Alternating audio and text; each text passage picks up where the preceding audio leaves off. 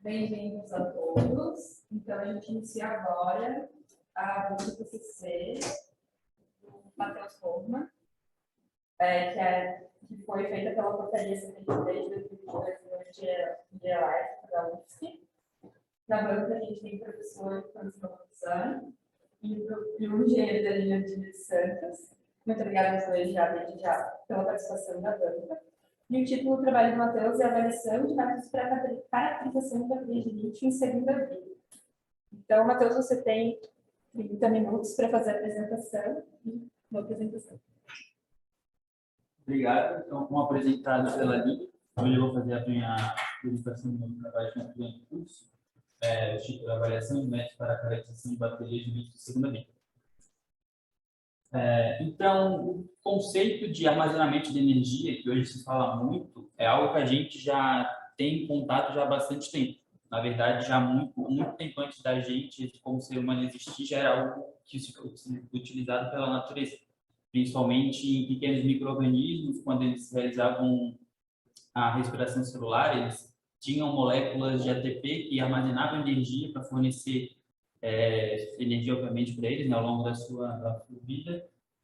A gente também encontra hoje, quando o urso, vamos supor, vai fazer a hibernação, ele armazena energia em forma de gordura para poder suportar a hibernação, né? Então, esse conceito, fora da engenharia elétrica, ele é muito utilizado.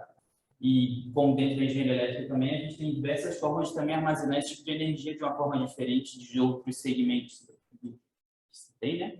Mas, vamos supor, em geradores a diesel, onde a gente consegue armazenar energia na forma das ligações de hidrocarboneto, na geração hidrelétrica, onde a gente armazena energia na forma de potencial gravitacional e, posteriormente, para gerar energia. Então, dentro da engenharia elétrica, a gente tem diversas formas de se armazenar energia. Muito aliada a isso, atualmente, a gente tem as fontes renováveis de energia, principalmente como eólica e solar, que, como elas não têm controle da sua fonte primária, que seria o sol ou vento, a gente não consegue ter um controle dessa geração, ela simplesmente a gente realmente não consegue controlar, a gente utiliza os sistemas de armazenamento para tentar suavizar essa geração ou a carga do sistema por completo. Então, os armazenadores de energia eles têm papel fundamental em conciliar a geração geração fotovoltaica e eólica para justamente suavizar essas variações na rede e permitir que o sistema trabalhe de uma forma mais contínua possível, sem que haja grandes variações. Um dos fatores muito importantes dos sistemas de armazenamento de energia são as baterias de lítio, os componentes, né, das tecnologias. Se fala muito hoje sobre baterias de lítio, basicamente pela grande densidade de energia que elas possuem e pela grande quantidade de potências que elas conseguem armazenar e entregar para o sistema. Aliado a isso, o segundo fator também que se utiliza muito dos benefícios da bateria de lítio são os veículos elétricos atualmente, visto que eles só devido à bateria de lítio tornou possível eles serem competitivos a nível de autonomia com os veículos a combustão hoje, porque é muito mais simples encher o tanque de combustível de um veículo e rodar 500, 600 quilômetros do que realmente ter um conjunto de baterias, vamos supor, de chumbo com a baixa densidade energética para ter essa autonomia. Então, com essa alta densidade energética dos veículos das baterias de lítio, possibilitou os veículos elétricos serem competitivos a nível de autonomia com os veículos a combustão. Em paralelo a isso, algo que a gente já se sabe é que com a utilização das baterias de lítio, isso independente de veículos elétricos ou qualquer outra aplicação, com a sua utilização ela vai havendo degradação delas. Essa degradação, ela basicamente acontece por dois fatores: a perda de capacidade da bateria e o aumento da resistência interna dela, que basicamente, no geral, ela perde a eficiência, pode-se dizer assim, ela diminui a eficiência. E algo que as montadoras de veículos elétricos discutem bastante é o quanto tempo esse veículo vai poder rodar com esse conjunto de baterias, porque a sua capacidade influencia diretamente na autonomia do veículo. Então, ninguém gostaria de comprar um carro para andar 400 km e com o tempo você vai conseguir 300, 250. Então, o que é falado é que os veículos elétricos, mais ou menos em torno de 5 a 7 anos, é necessário realizar a substituição dessas baterias. E aí é onde entra a questão da bateria de segunda vida, porque com os carros elétricos ganhando cada vez mais força, vai abrir uma possibilidade de um mercado muito grande para utilizar realmente essas baterias, porque elas não têm mais uma capacidade energética tão interessante para um veículo elétrico, onde a sua densidade é um dos fatores mais importantes, mas para aplicações estacionárias, ela ainda é um equipamento muito competitivo, devido às suas altas densidades de energia e a alta potência que ela consegue entregar. Então, as baterias de segunda vida, basicamente, são essas baterias que foram retiradas da sua função principal, que pode ser veículo elétrico ou qualquer outra finalidade, e é destinado uma segunda função para ela. Então, isso caracteriza a bateria de segunda vida. Dentro do nosso laboratório, a gente teve um projeto bem interessante com isso, que até foi o meu trabalho de conclusão, um dos resultados, né, do trabalho de conclusão de curso. Foi um projeto realizado pela Nissan, em parceria com as prefeituras de São Paulo e Rio de Janeiro, no ano de 2012. Foi um projeto que durou 4 anos, e ele teve um total de 25 Nissan Leaf, como esse aqui da foto, que eles rodaram nessas duas capitais, esses 2 estados, como táxis. E ao final desses 4 anos de projeto, as baterias foram doadas para o laboratório para a gente realmente buscar aplicações de segunda vida.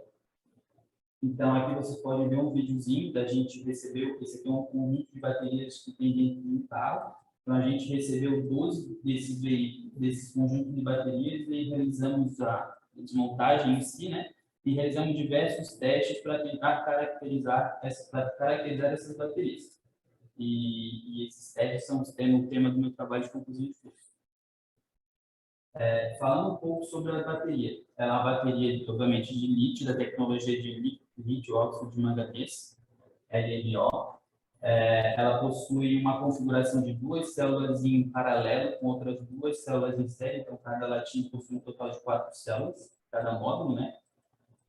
Ela tem uma capacidade de 66 ampere-hora, uma tensão média de 7,6 volts. Falando um pouco sobre os objetivos do meu trabalho, né? Como eu comentei. O principal objetivo do meu trabalho é realmente caracterizar as baterias de lítio baseado no teste de capacidade e teste de resistência interna. Para isso, eu realizei uma revisão bibliográfica, buscando métodos para realmente como vai ser realizado esse procedimento, quais são as especificações que devem ser levadas em conta no teste, tanto de capacidade como de resistência interna.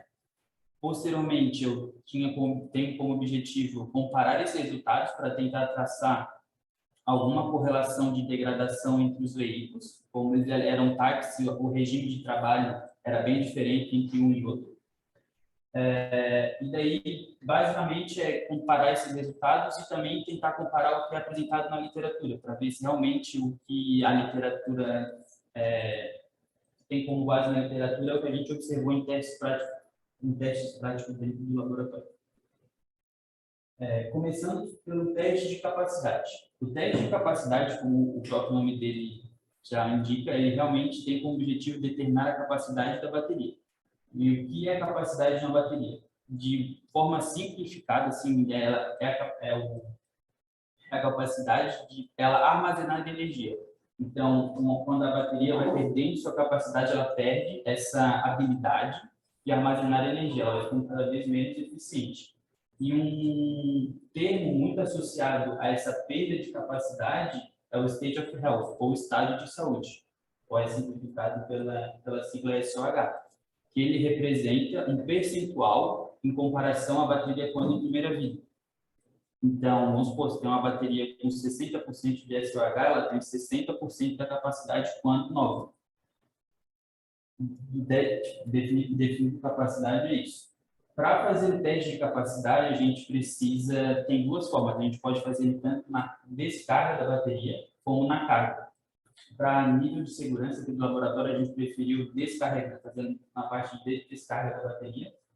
E para fazer essa descarga, obviamente, a gente precisa carregar a bateria até o máximo para a gente quantificar realmente o quanto de energia ela pode ser que ela pode armazenar.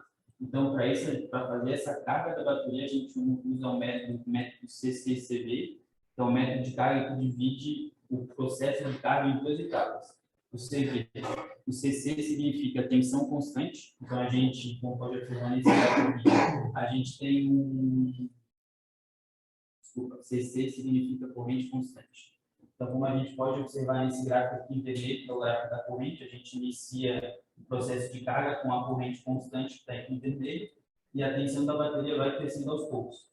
Quando ela chega no seu limite máximo de tensão, que no caso desses módulos aqui são 8,4 volts, a gente começa a diminuir o valor da corrente e o processo de tensão constante, ou CV, se mantém, a tensão é constante, né? Daí a gente espera essa corrente idealmente chegar até zero. Mas como esse é um processo muito demorado, a gente utilizou para esse trabalho aqui uma corrente de corte de 6/10. Seriam 6 amperes. E essa corrente de carga que a gente utiliza é C/2. É C/2. Essa taxa C é um outro termo também muito utilizado dentro das baterias, que significa, é como se fosse um artifício para normalizar os valores de corrente dentro das baterias. Como a gente tem capacidade de baterias muito diferentes, essa taxa C ela vem para justamente normalizar esse desempenho elétrico que vai se consumir da bateria. Então, quando tu diz que a bateria foi descarregada a uma taxa de 1C, significa que a corrente drenada dela é igual à sua capacidade nominal, nesse caso seria 66 ampere-hora. Daí existem múltiplos e submúltiplos. Então, meio C é 33 amperes, que é no caso do nossa corrente de carga, e assim por diante. Então, com a bateria completamente carregada, a gente pode iniciar o nosso processo de teste de capacidade. Para fazer isso, o ideal é se descarregar a bateria com a corrente constante e realmente quantificando essa energia que está sendo drenada dela. Isso pode ser feito de forma com elementos passivos, como resistores, mas no nosso caso aqui, para ter uma precisão melhor, a gente utilizou uma carga eletrônica, onde a gente consegue setar valores de corrente, potência ou tensão e descarregar com esses valores constantes. Nesse caso aqui, a gente utiliza, obviamente, uma corrente constante, ela já tem esse processo de quantificação automática implementado nela. Então, essa corrente essa corrente de descarga foi C/3, ou 22 amperes, e a tensão de corte que sinalizava o fim do teste era 2,5 volts, que é a tensão mínima de cada célula dentro do módulo. Ali a gente pode observar uma foto da carga eletrônica dos módulos, realizando um teste. Como pode ser observado ali tem 3 células em série. Idealmente, nos melhores dos mundos, né, nos melhores do mundo, o melhor resultado é realizar um teste por bateria, porque assim você consegue determinar realmente a capacidade de uma bateria única e levando ela realmente aos seus limites. Mas essa nossa carga eletrônica, ela tem um limite de tensão mínima de 10 volts. Então, para isso, foi necessário associar mais baterias em série para essa tensão subir e a gente conseguir completar o teste, fazer o teste por completo. As implicações dessa associação depois eu vou comentar na parte dos resultados. Passando um pouco deixando um pouco teste de capacidade lá, passando um pouco para teste de resistência interna, primeiramente eu fui fazer uma pesquisa, né, sobre os modelos de baterias de lítio. E esses modelos comportam, que é um desses parâmetros que esses modelos comportam, são a resistência interna da bateria. Basicamente, o modelo, a nomenclatura, ela tem um pouco de confusão assim na literatura, não há realmente uma nomenclatura certa para cada modelo, mas o mais aceito pela literatura é o modelo DP que ele também é o mais complicado. E daí os outros modelos podem ser modelos mais complexos, mais simples do que aquele, ou ele pode ser um modelo mais complexo do que os outros. Existem diversas modelagens para se modelar a bateria de lítio. Eu apresentei mais na revisão bibliográfica do trabalho, mas aqui eu trouxe basicamente esses 3 modelos que representam a bateria. Cada parâmetro elétrico desse, basicamente, ele tem como origem reações químicas que acontecem no interior da bateria, e daí todos essas reações são descritas por componentes elétricos dentro do que a gente sabe trabalhar, né? Esses não químicos. Então, cada componente tem, por obrigação, função, na verdade, representar um processo. Todos esses parâmetros, eles também sofrem influência tanto pelo estado de carga da bateria, que é o quanto de carga realmente ela tem armazenado dentro dela, e também com temperatura. Podem ser, né? Tudo depende do quão aproximado é o modelo da sua bateria e quão complexo é a necessidade da sua aplicação. Passando um pouco mais para os modelos da nossa metodologia dos testes de resistência interna, o modelo que a gente decidiu utilizar foi o modelo simplificado, esse primeiro aqui, que, como o nome já diz, é o mais simples. Principalmente, e por que foi escolhido esse modelo? Até hoje a gente não tinha realizado nenhum teste de resistência interna com essa bateria dentro do laboratório, e com o objetivo realmente de desenvolver conhecimento nessa área, a gente optou por escolher um modelo mais simples justamente para compreender melhor todos os resultados e não partir de dar um passo maior para a perna, pode ser entendeu? Então, esse modelo escolhido foi um modelo simplificado. E eu também comentei que esses parâmetros, eles possuem variação com o estado de carga. Então, para mitigar essa variação, a gente buscou sempre realizar teste da resistência interna com o mesmo estado de carga. Sobre o teste em si. Os testes foram realizados, obviamente, com as baterias de segunda vida, mas foram as baterias que são instaladas dentro do nosso container de baterias, que tem tanto uma parte de primeira vida como de segunda. O sistema de aquisição que a gente utilizou para pegar os dados do teste foi o sistema BMS, instalado no nosso container. O BMS nada mais é que um sistema que é responsável por monitorar as baterias para garantir a segurança delas durante a operação. As baterias de lítio são muito sensíveis à sobretemperatura e à sobretensão, então ele tem basicamente por função básica garantir que esses limites não ultrapassem e coloquem em risco a operação do banco. Como comentei, os dados foram adquiridos por eles e basicamente os dados que são adquiridos para a realização do teste de resistência interna são tensão em circuito aberto, tensão em carga e a corrente. Com esses três dados, a gente consegue calcular essa resistência. Visto que tensão em circuito aberto, a gente tem o OC aqui, que vai estar nos terminais da bateria. Quando a gente conecta uma carga com os terminais, a gente consegue medir a tensão, o L no caso, né? E daí a tensão VOC menos a UL dividido pela corrente que passa por esse resistor, a gente consegue determinar essa resistência. Dentro da literatura, foi algo que eu encontrei dificuldade em determinar essa corrente para a realização do teste. Eles geralmente falam que tem que ser uma corrente consideravelmente alta, mas é muito difícil determinar um valor. E daí, encontrar a determinação de um valor realmente. E daí, dentro do nosso escopo, né, eu escolhi realizar os testes com 3 valores de corrente diferentes, para justamente observar se tem alguma variação da resistência interna com a corrente utilizada no teste. Então, foi utilizado C/4, C/2 e o C, para a realização do teste de resistência interna. Começando aqui pela parte dos resultados, iniciando pelos resultados de capacidade. Aqui é um gráfico em box plot, então essa região aqui colorida, ela representa 50% dos resultados, e esse X aqui representa o resultado médio, e esses tracinhos aqui nos extremos são valores máximos e mínimos. Todos os resultados eu vou apresentar basicamente nessa forma. Então, falando um pouco sobre o resultado, né? A gente pode observar que os carros, né, possuem um valor médio e uma distribuição de valores de resultados diferentes. A gente pode observar que o carro 2 tem um valor médio superior ao carro 4, que é muito próximo ao carro 5 e assim por diante. A distância dessa quartil desse quartil aqui, que é essa parte colorida, o quão comprido ele representa a dispersão dos resultados. Então, quanto maior ele mais vai ter resultados diferentes dentro do mesmo veículo. O que a gente pode observar aqui é que essa variação acontece de forma diferente entre os veículos. Então, dentro de um mesmo veículo, existem células que possuem capacidades diferentes. A gente pode concluir por isso.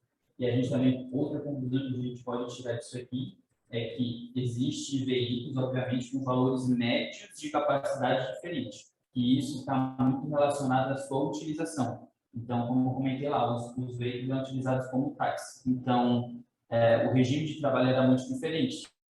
Tinha pessoas que utilizavam ele durante 12 horas e precisavam utilizar muitas cargas rápidas. Tinha outros motoristas veículos para cargas lentas. Então, todo esse regime de carga e realmente de trabalho influencia no aumento ou diminuição da degradação das baterias relacionada à capacidade. Observando essa variação de capacidade dentro do mesmo veículo, eu busquei, tentei procurar o porquê o que levaria a essa variação de capacidade dentro do mesmo veículo. E daí, comparando os resultados, eu cheguei a esse novo gráfico aqui, que representa a comparação da capacidade entre os módulos 1, 2 e 3 e os módulos 46, 47 e 48. Esses são essa numeração. Os módulos 1, 2 e 3 seriam os módulos da parte mais positiva do banco de baterias do veículo. E o 47, 48, 46, 47, 48 da parte mais negativa. O porquê separar isso? Dentro, como vocês viram no começo da apresentação, dentro do veículo tem diversas células, elas têm posições e formas diferentes. Então, e esse sistema de baterias, ele não possui nenhum resfriamento ativo, é apenas passivo. E sabendo da predisposição à degradação de baterias de alta temperatura, dessa forma foi que eu encontrei de tentar rastrear alguma correlação entre realmente temperatura e posição dentro do veículo. Então, por isso que eu escolhi esses módulos 1, 2 e 3, 47, 48, para realmente ter dois pontos fisicamente diferentes dentro do mesmo veículo e tentar avaliar essa diferença entre a capacidade dos módulos. Como eu também comentei anteriormente, os testes foram realizados com um conjunto de 3 módulos em série. Então, o resultado de capacidade que a gente observa, conjunto de módulos, representa a capacidade do pior módulo. Porque o pior módulo ele vai ter a menor capacidade, consequentemente, ele vai entregar menor quantidade de energia, ele vai atingir o limite de tensão inferior primeiro. Então, quando uma das células atingir o limite de tensão inferior, a gente para o teste para justamente garantir a integridade elétrica e a vida útil da bateria, né? Não estraga ela na realização de um teste. Então,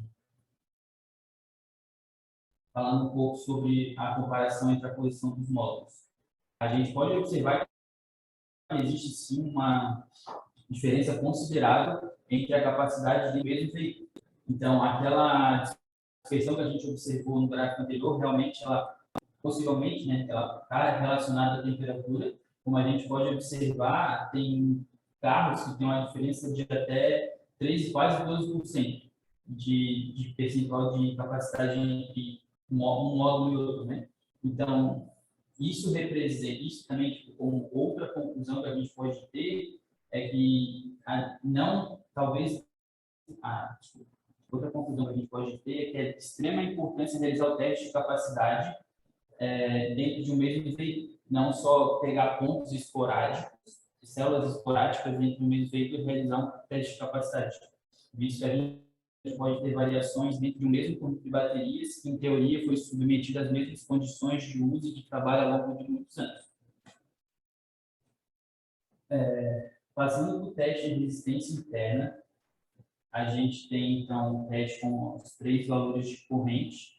Então, na laranjinha a gente tem 0,25C, na amarelo meio C e em verde 1C. De cara, que a gente pode notar é que os testes com a menor corrente tiveram a maior dispersão de resultados. Isso é uma das conclusões, né? E a gente também pode observar que, à medida que a corrente vai crescendo, os valores médios representados pelo X, eles ficam cada vez mais próximos um do outro. A variação não é tão grande. Pode observar que a gente está vendo a variação do laranja do carro 2 para o carro 4, daí depois diminui um pouco, diminui bastante, e assim sucessivamente.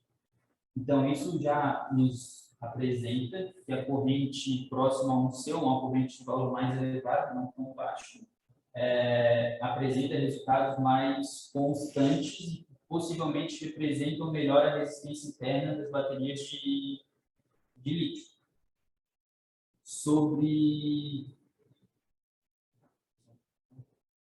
A gente também pode observar que no carro 6, no carro 6, o resultado com 0,5C, ele obteve bastante desses outliers, que a gente chama, que são esses valores discrepantes. Então, eles não foram contabilizados para a medida da média e da região de 50% dos pontos, né? Porque eles acreditam pontos muito discrepantes.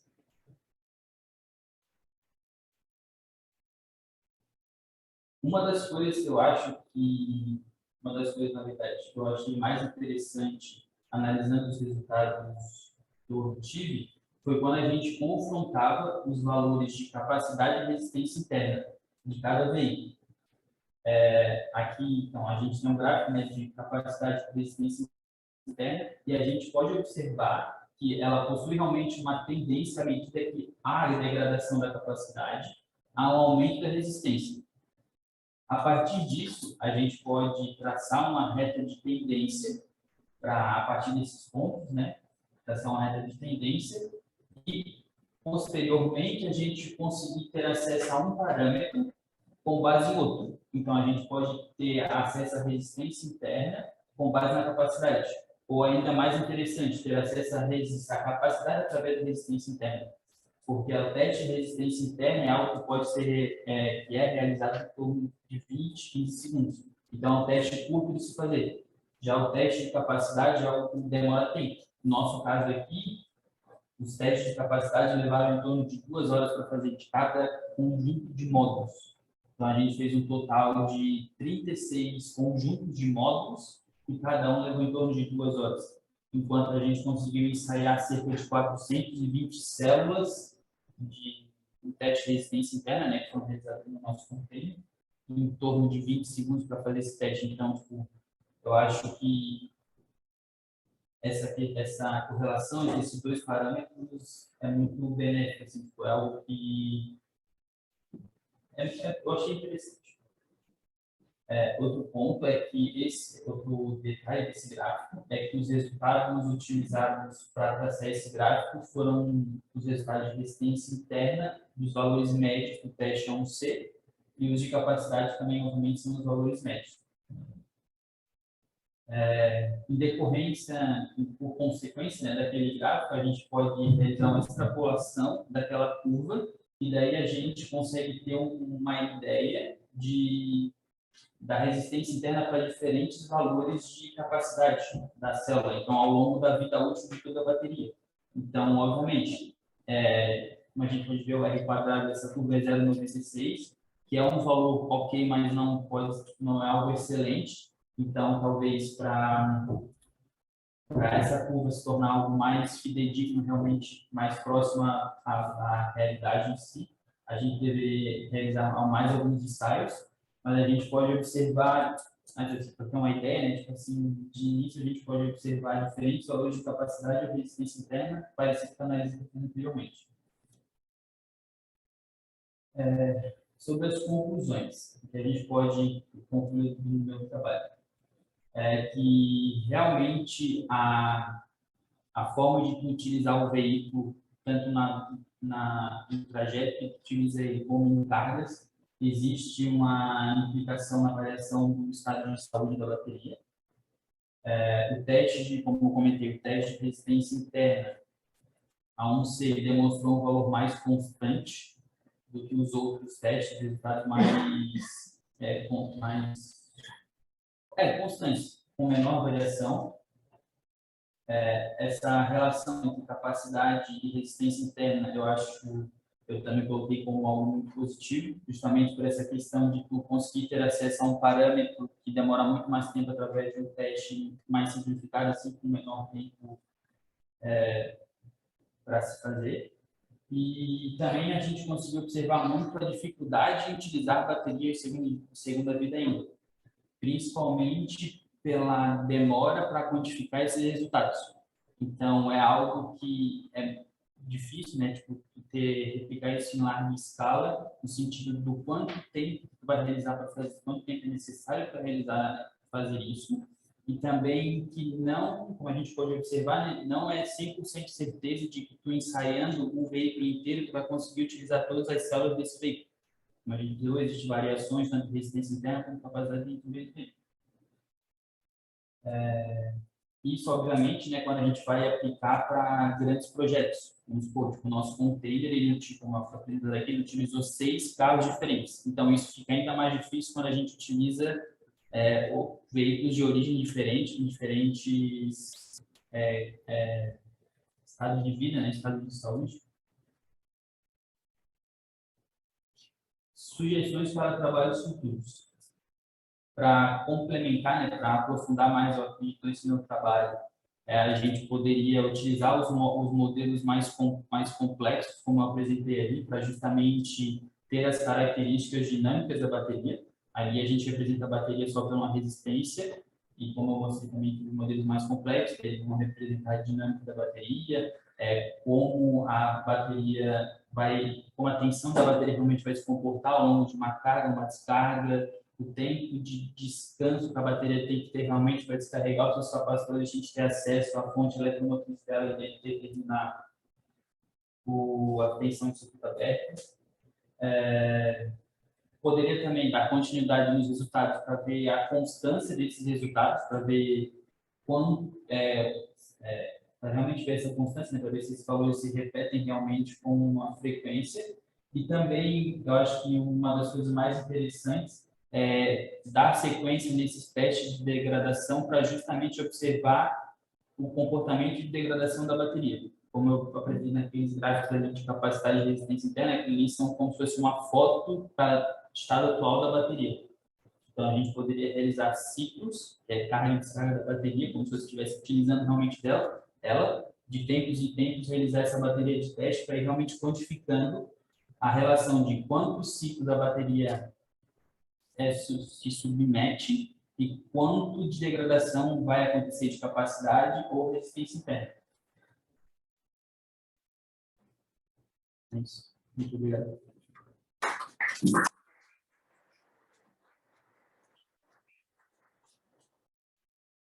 Essa apresentação, Matheus, muito obrigada. Passou um minutinho de 30 minutos.